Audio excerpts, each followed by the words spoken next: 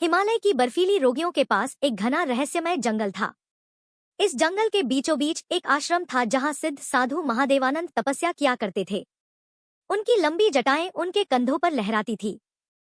उनकी स्थिर मुद्रा मृगशाला पर बैठी हुई थी और उनकी गहरी आंखों में अनंत शांति का वास था। साधु के तप और ज्ञान की महिमा दूर दूर तक फैली हुई थी। इसी जंगल के एक छोर पर वैदेही नाम की एक सुंदर लेकिन दुखों से घिरी हुई स्त्री अपने जीवन की राह खोज रही थी। वैदेही एक वीर योद्धा की पत्नी थी जो युद्ध में मारा गया था। जब वह विधवा हुई तो समाज ने उसे तिरस्कार और ताने देने के अलावा कुछ नहीं दिया। उसके मायके वालों ने भी उसे बोझ समझकर दरवाजे से निकाल दिया। उसने बहुत बार कोशिश की कि वह अपने बल पर जीवन जी सके, लेकिन हर बार उसे यह एहसास दिलाया गया कि एक अकेली स्त्री के लिए समाज में कोई जगह नहीं होती। एक दिन वह थककर जंगल में चली आई। वह नहीं जानती थी कि उसका गंतव्य क्या है, लेकिन उसके भीतर एक अजीब सी शांति की तलाश थी। कई दिनों तक वह भटकती रही, भूख प्यास से बेहाल। अंततः एक दिन वह चलते चलते महादेवानंद के आश्रम तक पहुंच गई। वहां पहुंचकर उसने देखा चारों ओर घना जंगल, ऊंचे ऊंचे वृक्ष, पंछियों की आवाजें और बीच में बना एक साधारण सा आश्रम। वहां कुछ शिष्यों का निवास भी था जो ध्यान और योग का अभ्यास कर रहे थे। जैसे ही उसने महादेवानंद को देखा उसकी आंखों में आंसू छलक पड़े। महादेवानंद ने उसकी ओर देखा, उनकी दृष्टि में करुणा थी, लेकिन उनके चेहरे पर कोई भाव नहीं आया। वैदेही उनके चरणों में गिर पड़ी और बोली, क्या स्त्री का जीवन अकेले दुख में ही बीतेगा? क्या प्रेम और साथ पाने का अधिकार केवल पुरुषों का है? महादेवानंद ने गहरी सांस ली और मुस्कुराए। प्रेम कोई अपराध नहीं, यह आत्मा का सुख है, लेकिन प्रेम में वासना नहीं, समर्पण होना चाहिए। वैदेही को पहली बार किसी ने प्रेम को इस दृष्टि से समझाया था। वह आश्रम में रुक गई। महादेवानंद ने उसे योग और ध्यान सिखाया। धीरे धीरे वैदेही का हृदय हल्का होने लगा, लेकिन कुछ बदल भी रहा था। वह साधु की आंखों में प्रेम की एक अनोखी चमक देखने लगी थी। समय बीतता गया। वैदेही ने महसूस किया कि वह महादेवानंद के प्रति आकर्षित हो रही थी, लेकिन यह आकर्षण केवल शरीर का नहीं था, बल्कि आत्मा का। जब वह साधु को ध्यान मग्न देखती तो उसे ऐसा लगता मानो वह किसी अलग ही लोक में हो।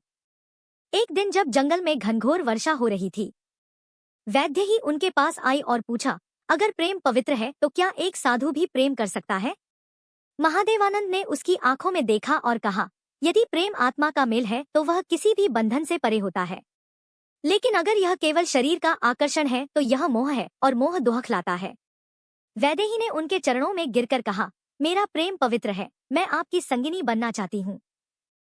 महादेवानंद ने उसकी आंखों में झांका। उनके भीतर भी एक हलचल थी। वह वर्षों से अपने हृदय को एक पत्थर बना चुके थे, लेकिन वैदेही ने उसमें प्राण दिए थे। कुछ देर बाद महादेवानंद ने गंभीर स्वर में कहा, अगर यह प्रेम है तो इसे परीक्षा देनी होगी। हम 7 दिन तक मौन रहेंगे, कोई शब्द नहीं, कोई स्पर्श नहीं। अगर 7 दिन बाद भी तुम्हारा प्रेम बना रहा तो मैं इसे स्वीकार करूंगा। वैदेही सहमत हो गई। पहला दिन बीता, दोनों ने एक दूसरे को देखा, लेकिन कोई शब्द नहीं कहा। वैदेही का मन बेचैन था, लेकिन उसने धैर्य रखा। दूसरे दिन जब वह साधु के पास बैठी तो उसने उनकी आंखों में झांक कर देखा। वहां प्रेम था, लेकिन एक शांति के साथ। तीसरे दिन वह फूलों की माला लेकर आई और उनके पास रख दी। महादेव आनंद ने बस मुस्कुरा दिया, लेकिन कुछ कहा नहीं। चौथे दिन वह गंगा तट पर बैठकर ध्यान कर रही थी, जब अचानक एक सांप उसके पास आ गया। वह डर गई, लेकिन महादेवानंद ने दूर से ही उसे शांत रहने का संकेत दिया। सांप चला गया। 5वें दिन वैदेही को अनुभव हुआ कि प्रेम केवल साथ होने का नाम नहीं है, बल्कि आत्मा का मिलन है। 6ठे दिन जब उसने महादेवानंद की आंखों में देखा तो उसमें एक अलग ही तेज था। वह समझ गई कि प्रेम वासना नहीं, बल्कि त्याग है। 7वें दिन वैदेही रो पड़ी और बोली, आपने सही कहा था, प्रेम आत्मा का मिलन है, शरीर का नहीं। अब मुझे आपका साथ चाहिए, लेकिन किसी बंधन में नहीं। महादेव आनंद मुस्कुराए, प्रेम स्वतंत्र होना चाहिए। जो मुक्त करता है वही सच्चा प्रेम है। तुम अब मेरे साथ रह सकती हो, लेकिन ना पत्नी बनकर, ना शिष्य बनकर, बल्कि एक आत्मा बनकर। प्रेम केवल शरीर का आकर्षण नहीं, आत्मा का मिलन है।